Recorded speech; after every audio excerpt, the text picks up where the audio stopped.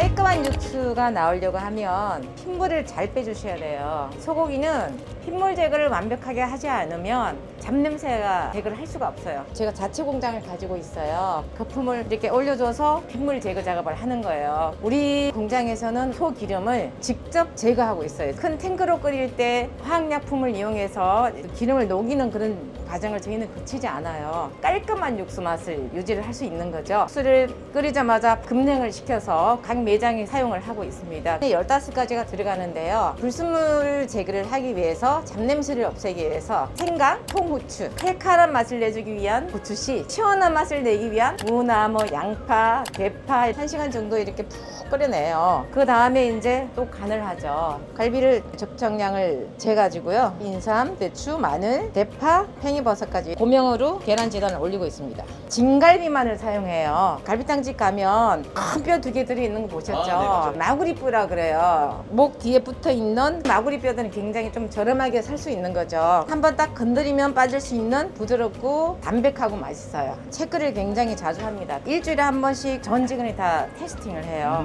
오늘은 갈비탕이다 그러면 의견을 이렇게 전부 다 제출을 하고 문제가 있을 때는 시정을 하려고 하고 이제 그런 것들이 있죠.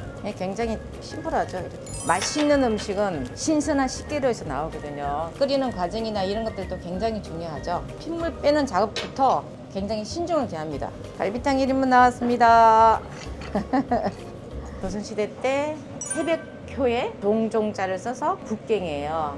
새벽 종이 울릴 때 먹는 해장국이다. 옛날에 우리 선조들이 술을 드시고 나면 남한산성에서 이걸 끓이는 집들이 좀 많았대요. 한양으로 이렇게 배달하던 초이 배달 해장국이에요. 전통 갈비탕을 재해석한 것이라고 보시면 돼요. 소 갈비뼈를 이용해서 각종 야채나 아니면 해산물들을 넣어서 보양식으로 만들었던 그런 음식이에요. 종로 한복판이기도 하고 나라회관의 시그니처라고 할 수 있는 그런 메뉴가 효종갱이에요. 자, 전복이 들어갑니다. 새우, 마늘, 몸에 좋은 대추, 인삼, 보양식 같죠?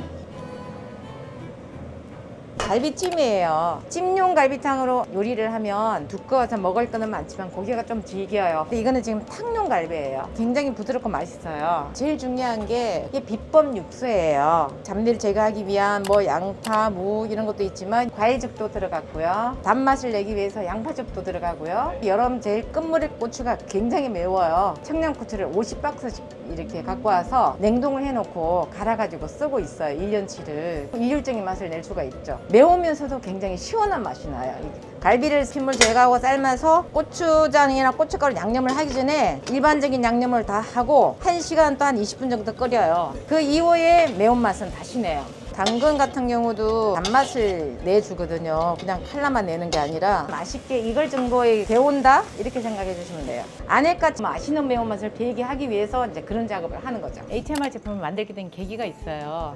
매장을 몇 개씩 하다 보니까 균일한 맛을 내기 위해서 공장을 만들 때 전통 재래 가마 방식으로 다 이렇게 직접 제작을 해서 자체몰, 현대, 롯데몰 납품을 하고 있고요. 1년에 60만 그릇 정도를 판매를 하고 있습니다. 안녕하세요.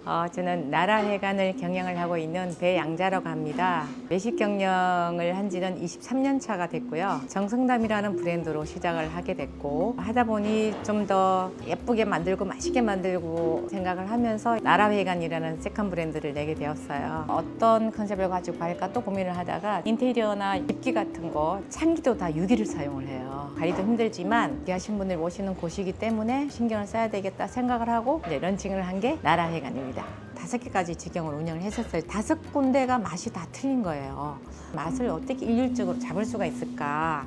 갈비탕 하나는 내가 자신 있어 이제 가마솥을 주문 제작을 의뢰를 해서 좀 더 심플하게 만들어서 고객들 우리 맛있는 갈비탕을 편하게 더 드실 수 있도록 전국적으로 좀 확산을 해야 되겠다. 깔끔하고 깊은 그 갈비탕 맛을 좀 더 보여드리고 싶은 생각이 있습니다. 제가 처음부터 김치행을 했다고 보면 되죠. 왜? 탕 종류는 김치가 생명이에요. 저 집에는 김치 하나만 있어도 맛있어 하다 보니 제가 김치를 계속 연구를 하게 된 거죠. K컬처 시대가 돼서 K푸드까지 이제 거기다 한몫을 하는 거죠. 어떤 건 당연히 저는 김치라고 생각을 하거든요. 해외에서 김치가 진짜 각광을 받고 있어요. 어떻게 보면 외교 활동이죠. 외국인들이 오는데 내가 그럼 외국인들한테 뭘 보여줄까? 이 사람들이 좋아하는 게 뭘까를 고민을 하다 보니까 김치 전시를 해야 되겠다는 생각을 한 거죠. 5, 6년 전까지는 저는 코스트를 생각해 본 적이 없어요.